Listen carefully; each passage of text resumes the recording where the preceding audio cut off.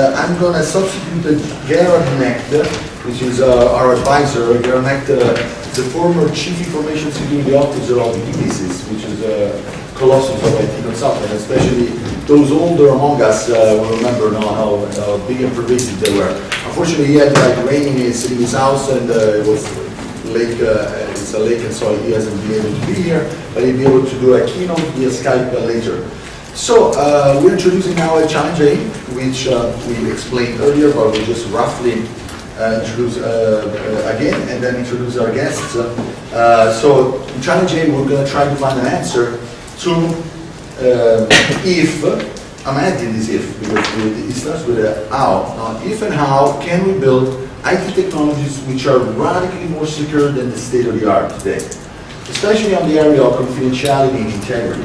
And we're mostly focusing on the area of human communications for this area. So we have here, I will make a very brief introduction and let you guys. We have Nick Kelly, we have Luca Benini, we have Carmela Troncoso, and Marco Obiso. And if you want to introduce yourself briefly and and also briefly mention what you do that is related to this theme. Okay. Well, related to this theme specifically, I just got asked to speak quite recently to replace someone, but I work in a couple of capacities, which is identifying interesting cyber tech to promote, get money for, and build up and put into government and private sector, and also work with a consulting company as well at the moment, and we do some pretty interesting stuff with malware. What I do?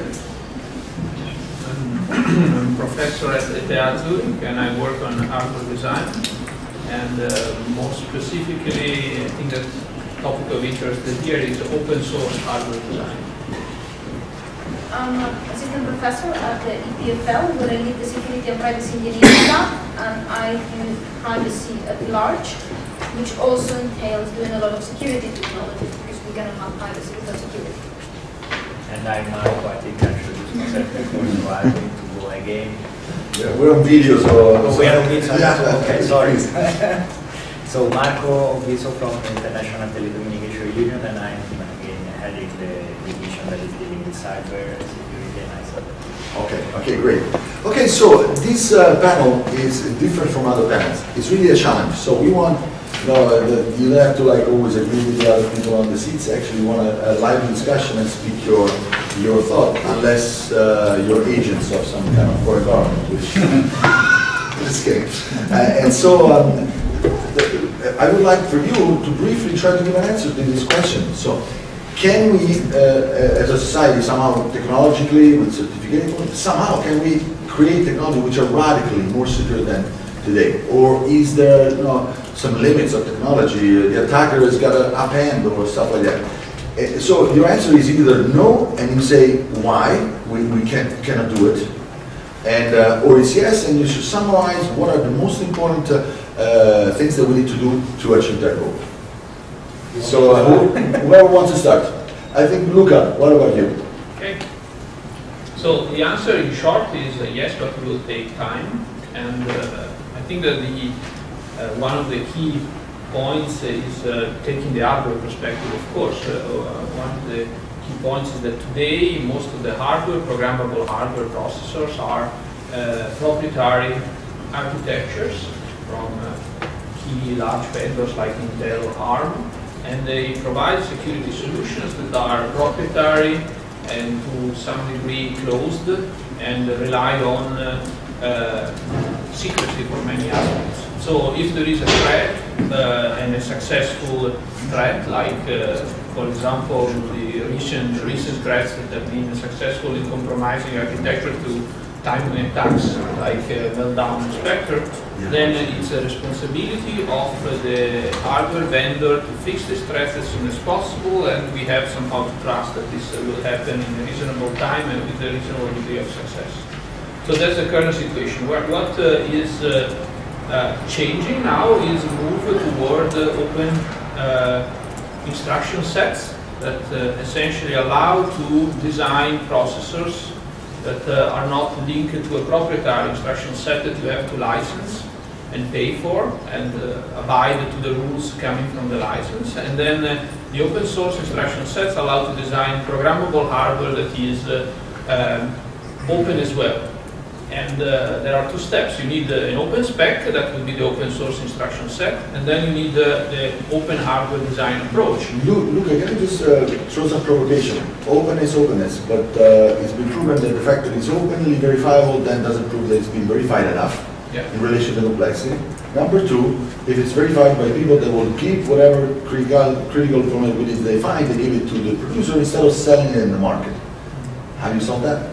Yeah, essentially the idea, I mean, it's not solving the problem, but it's helping to solve the problem, because when you have an open and auditable hardware or specification, then many people can check it, can prove it, can analyze it, and there is you know, if the user base is large, then you have a dialogue between attackers, defenders, and everything is, you know, if everybody is, or at least a percentage of these people is playing by the rules of open sourceness, then they will feedback their findings, address the weaknesses, and this is the dialogue that is not is like much wider than a single entity that has to take charge of everything and respond. Okay.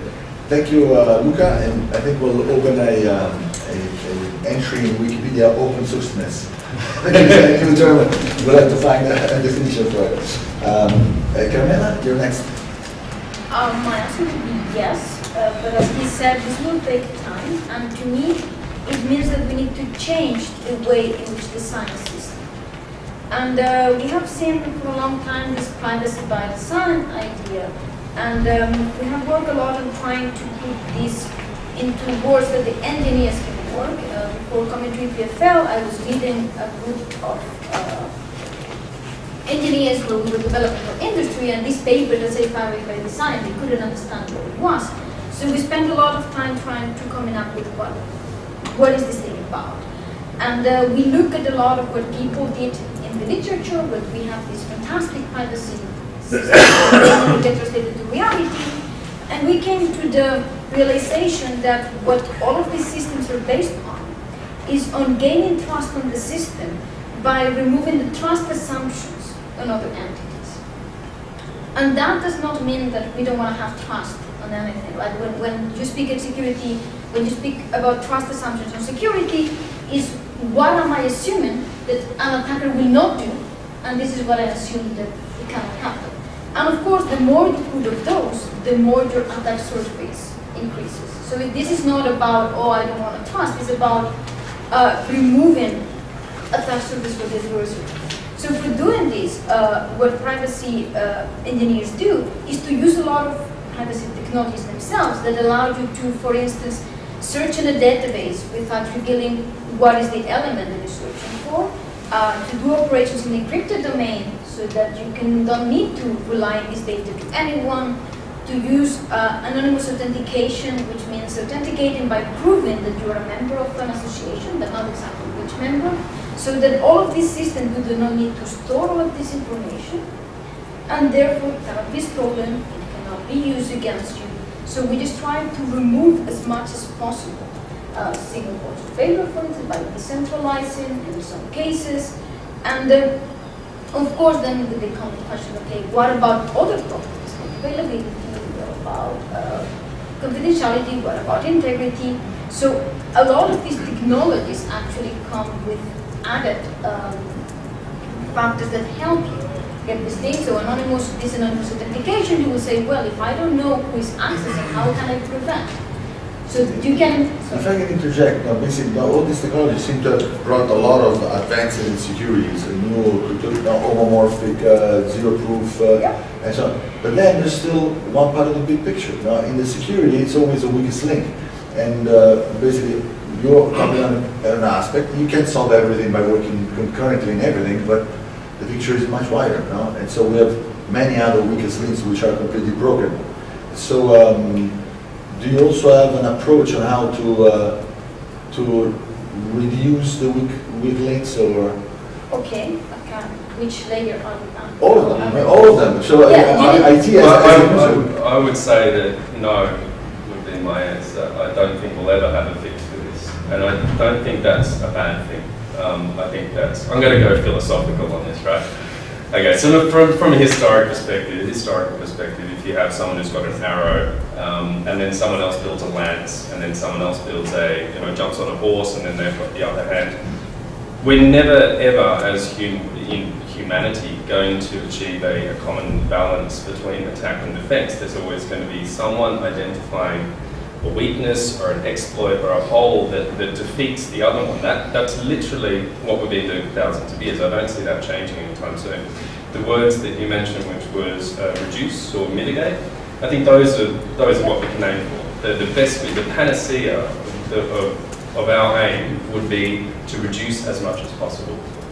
To eliminate, I think that's a fantasy, personally. I subscribe to it. So what I've said is like, no, we're not gonna, there's always gonna be someone with a bigger thing. But you can reduce the surface of attack, and you can redesign system in a different way that is not by just putting everything there and then hoping that somebody's going to build a big wall for you, because the big wall may never exist. Well, okay, I think there may be some misunderstanding. So the challenge here is not if we can create perfect security. Most experts would agree that perfect security never existed, doesn't exist, and will never exist. We're not certain of that, but nearly we can do that. The question is, can we create something which is radically more secure? No, case scenario that we said. So this is the question. So your answer is still no, because you said yes at the beginning. I think my answer would be to that question. Sorry, and just reading the question again. You're right. Radically more secure? Yeah, I think, yes. So we can do radically more secure. I think so. And I'm sorry, and now if you say yes, it's harder. Because it is. No, it's kind of easier, but if you say yes, then you say how. Yeah, I think yes, but with a caveat, it's almost impossible. That's the caveat. Look, I mean, if you're talking about, you mentioned the supply chain issue before. We've got some pointers here, which everyone will see on their program, about a public security review, citizen witness, citizen jury processes. We're still going to come up with the challenge of having nation states who have a lot more power, a lot more money, and a lot more resource behind them, who can influence citizen witness and citizen jury processes, right? So you're always going to have these fallible areas within a supply chain and within an oversight type of system if you're talking about the certification and supply chain perspective. Okay. So, Nick, you were recently interviewed the head of the National Security Cybersecurity Center of UK, which is very close to. It's one of the most important intelligence agencies, not to the same level of JCHQ. And you're from Australia, familiar with issues of intelligence. And our terrible encryption. And you also work for a leading company like iZoom. So, do you think that the creation of technologies like this secure could actually be in the interest also of security agencies? Because we've seen security agencies with a lot of power, like the NSA and so on and so forth, which at the end, these governments have broken everybody's technology, but they've broken their own stuff also. Well, their governments, the Podesta and Hillary Clinton, and who the hell knows what happens inside, because that's state secret. So I'm could from it be Australia. an interest for, I'm from Australia, and we have literally shot not only ourselves in the foot, but anyone who's connected to a connected device, which is, hang on, everyone. It's in my opinion, and knowing people in federal institutions and different institutions where they're exasperated because they can't get into an end-to-end encrypted device, or they can't monitor some of these devices. I get it. I understand and I empathise, because they do want to crack this, ring of criminals who is doing some really, really bad things, and I agree. But if you break something, then it breaks everything, right? That's the fundamental flaw within this genius plan that Australia pushed through for ridiculous reasons. But yeah, there's that's it's an insane political move Yeah. from Australia, but it does affect everyone. And now United States can tap on the shoulder of its Five Eyes partner, Australia, because they legislated, and that's the way it works. The meeting that I had with the CEO of the National Cybersecurity Centre, which is basically a large part of the GCHQ, which is NSA equivalent, we touched on that. He's got a much more rational approach to security, but then again, I mean, United Kingdom, if we're reverting back to the Huawei discussion that you mentioned at the beginning, 15 years ago they set up the Huawei National Cybersecurity GCHQ sort of melting pot of pull it apart, look at the tech, see what's under the covers. Now, they've said it's working from a certain perspective, but from the inside, no, it's not, because a lot of these changes that they're looking at doing will be implemented in 2 years' time, by which stage the technology is redundant. So this whole vetting process that GCHQ and NCSE are committed to looks good on paper, but in reality, no, it's not going to keep up with the rate of change. Sure. So, and that would be, if we think about it, one of our best bets at oversight, and it's failing. Okay. So again, it comes back down to the question. It's a really bloody difficult question to Yeah, okay, so we really want to open up to questions now. So I just want Marco to give his answer to this. If you want to know, maybe give more of a point of view from the certification. Can we create certification that can actually reliably certify some technologies to be radically more secure than state of the art? So I tend to agree with almost everything you have said, right? And I think the question has to be answered in terms of can we get close to something that is better than today? Now radically, can we define this like one little step every year? One order of magnitude. Okay, so let's make it clear, because otherwise we don't understand what we're talking about. Yeah, exactly. One order of magnitude. Yeah, because everyone agrees that security by design, privacy by design, I mean, is a concept that all disciplinarity cannot be achieved. There's an asymptotic process, right? So you try to get close as much as possible. Now, from the certification point of view, from the standardization point of view, there are already initiatives, and the UK, the principle beyond the UK vetting process was not to start with technology, but was to try to create a process, that is institutionalized in terms of understanding what we are dealing with when we acquire new technology, and lots of governments are doing that. So now, I don't want to call this certification, because if it is done by a government that is lenient to say, okay, I don't want that specific technology, that can be politicized, and then the certification can become, I just get this vendor, I don't get this one because I prefer one or the other. But I think from the certification point of view, yes, it is something that on a certain extent is already happening. I would say that, you were talking about weakest link. Yeah, weakest link. If you take a specific, piece of hardware and then you go with security by design, that's not enough. If you take 2 pieces, 3 pieces, so the concept of having an appliance that is radically more secure by design, that is something that, again, is very, for me, realistically, it's not possible to achieve. Okay. What is possible to achieve is a certain amount of security injected into the design process that is agreed in terms of level of risk. That is what is achieved. So the mitigation part comes with this, with the concept of saying, okay, I accept that specific level of risk, and I try to, get close through my whole life cycle of producer and production and manufacturer to achieve that level of risk. But the risk will never be eliminated. We're not talking about eliminating risk. And accepting the risk, if you have no choice, you accept the risk, is like you accept rain. But are we forced to accept that risk? The question is, which risk are you forced to accept? Are you forced to accept the risk because we cannot only do this thing, that we should put it there and wait? Or are we willing to change the way in which we design the system, in which we think about it, and the ways in which we move data around, the ways in which if we use, like what is the thing? But I guess that's the question. Yeah, right, absolutely. And I think that all of us agree on the fact that it is possible if there is a little bit of a change in terms of corporate culture from the producers, and kind of I agree on common principle from the policy making part, including with legislature in terms of accepting or not specific equipment, ongoing to go in that direction. The problem is that there is lots of disalignment among the different actors. Okay, so as promised, I want to open up our questions from the audience. Actually, up until now, we haven't done so much, and actually want to do all keynotes and panels will have to be at least 20-30% of Q&A. So please do questions, and we'll have short answers so that we can have more of the audience making questions. Yes, Troy. Troy, please. Thank you. I have two questions. First, I wasn't aware, you mentioned that Australia legislated something and somehow that implied that it was a precedent which could be used and so forth. So I'm not aware of that. So if you could explain that and what the precedent is. Yes. And the second question is, Rufo, when you keep on talking about radically more secure, you say 1 order of magnitude.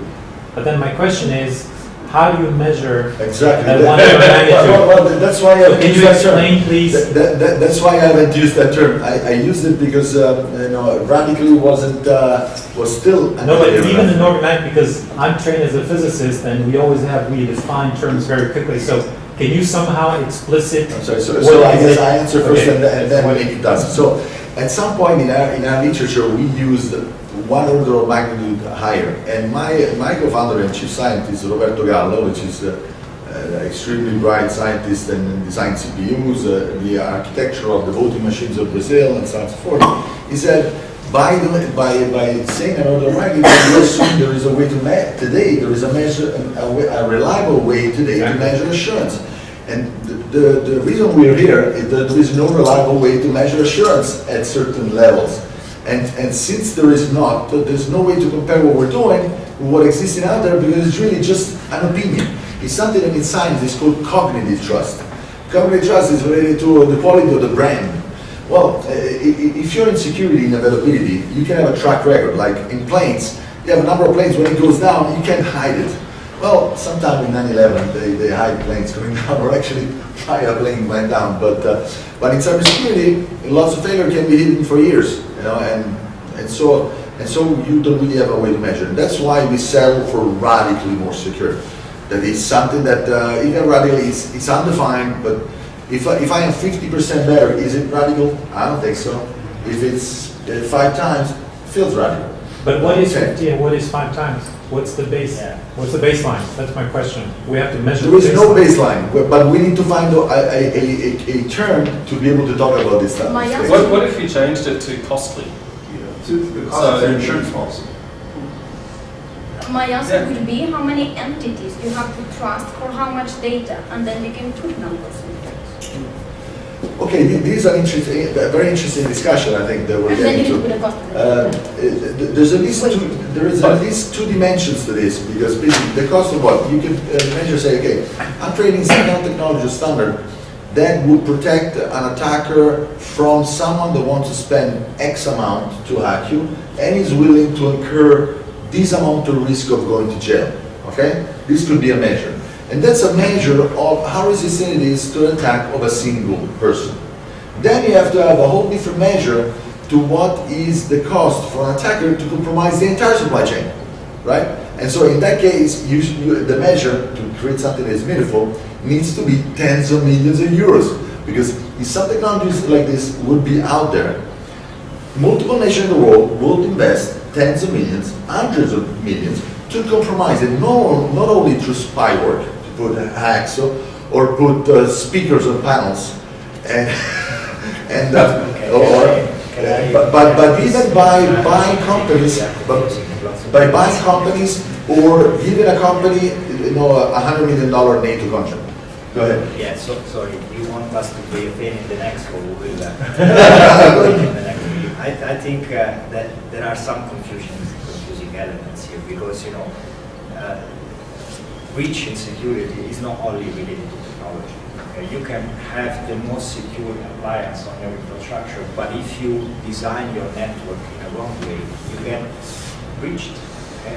So if the question is how we can radically improve the technology in terms of how we design it, yes, we have a way. We take an appliance, we take another appliance, we start hacking the appliance, we see what are the vulnerabilities there, we see what is the time in terms of reaction and response from the appliance, and then we have an objective measure if the appliance is secure or not. If you mean this as a question, then there is a clear understanding which is documented in the fact sheet of the manufacturer of how the appliance is secure or not. I think your question is more in terms of the technology as a whole, if there is a process to improve that. I think, but if you mean in terms of production and manufacturing of appliance, that is nothing to do with security. It's just to do with the resilience and the reliability of the appliance in response to specific inputs that are coming from the external world in terms of data traffic, And then we are talking about appliances related to, the firewalling part or the threat intelligence part, which again, it's a piece of the overall concept of having an environment and get the environment, breached or hacked. There are two different things. Yeah, I think this is a very interesting question and help me also clarify what the aims are. So are we saying like certifications of a product? Are we certifying a service? Right. Well, Bruce Schneier, a very famous, probably the most famous IT security expert, back 20 years ago said, Right. cybersecurity is not a product, it's a process. And so that therefore you can't really conceive of cybersecurity of a certain product, but of a process, the experience or the service. Well, I would take it even beyond. So when you talk about cybersecurity, it's IT experience. Because I could have a company offering a certain service. And so they're responsible for the service, they're responsible for every single device that is involved in that use case. So we're talking about use case. But then we're also responsible for whatever happens around the organizational training that happens around it. So possibly the best framing of what are we certifying is a certain IT experience, a certain IT use case. And that is exactly the way we're conceiving this. In fact, now what gets specified is also how you get this device. What kind of training the guy needs to go through, what kind of liability and penalties the guy is going to go through if he doesn't go through it. So, thanks for asking this question. And really, anyway, I'm doing too much of the talking. Long story short, the Australian government pushed through legislation. The incumbent party pushed through legislation, which then was meant to be reviewed and altered with suggested changes by privacy advocates, but wasn't. It was just pushed through for political purposes predominantly before Christmas, which means that the Australian Intelligence Agency, the parent, which is ASD, can tap someone on the shoulder who's a developer in one of our software companies and get them to alter code under penalty of prison, under penalty of other good things. And there are 3 different types of action requests that they have at their disposal.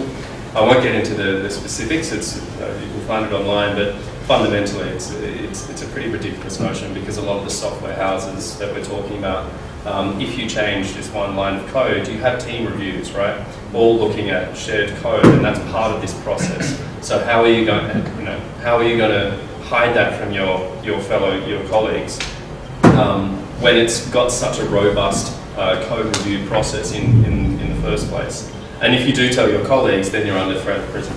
And so it was literally legislation that was it was conceived by people who don't know one iota of tech. And now there's a massive pushback from a couple of very well-known Australian tech billionaires who founded Atlassian, which has a lot of the Jiro people use. Yeah, Jiro. There are many companies that are moving away and talking to these guys because they're thinking, well, if your tech is compromised, why would I want to do business with you? Why would I want to have Jiro's tech in my company? And that's making the Australian ecosystem, just thinking about it, thinking about moving the headquarters out of Australia so that they're not going to be hit by this legislation, which can decrease their customer base. It's crazy. So I just wanted to, we're already past the time. I just wanted to get some 2 quick questions before we have a coffee break, and also then Marco has to go. Just a very short one. Yeah. So Tim Berners-Lee, the inventor of the web.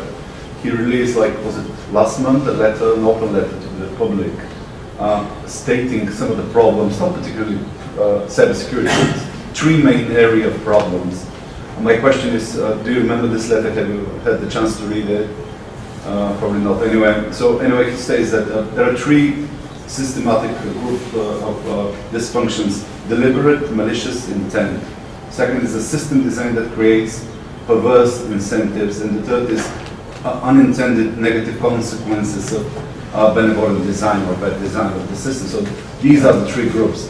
My question for you, but obviously you haven't read the letter, which you probably, I'm sorry to say, I've heard of it, but I haven't read it. Anyway, I think it's very interesting. Have you read it? What's your, how did it resonate? And the second is, do you think that web is generally broken and it can't be fixed? Because to me, as a kind of professional, I'm sorry? Define broken. Well, it's a bad design. It's a very bad design.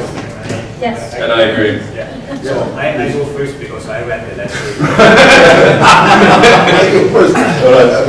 The exam is passed, okay. Yeah, no, because that certainly is our sister organization, Yep. even if it's a different issue. So I think that the aim of it was to address the kind of some of the baseline problems of the web, not so specifically on the process. And I agree with yes, with whoever here. Yes, because when the web or the concept of IP addressing or IP protocol was designed, was conceptualized, it was not conceptualized for the use that is now, for the use that is basically used today. So there are, let's say, elements that are flaws by design, that needs to be changed, and that's why you have all these, big pockets of protocols that are on top of the purely, HTTP and IP to add the security component. So Tim was provocative in trying to highlight this element, but I think he hit it on the main things that we have, is that we are using something for a different purpose, and we as a human being, we are not adapting. This is my personal value. We are not adjusting to the use that's supposed to have. And now with this, sorry, I need to go. I'm sorry for that. Thanks a lot. It's really nice meeting you. All right, thanks. Bye. Thanks. Okay, so I guess with this, and we can adjourn the panel. Thanks a lot for your great discussion, and enjoy this one. Thank you. Thank you.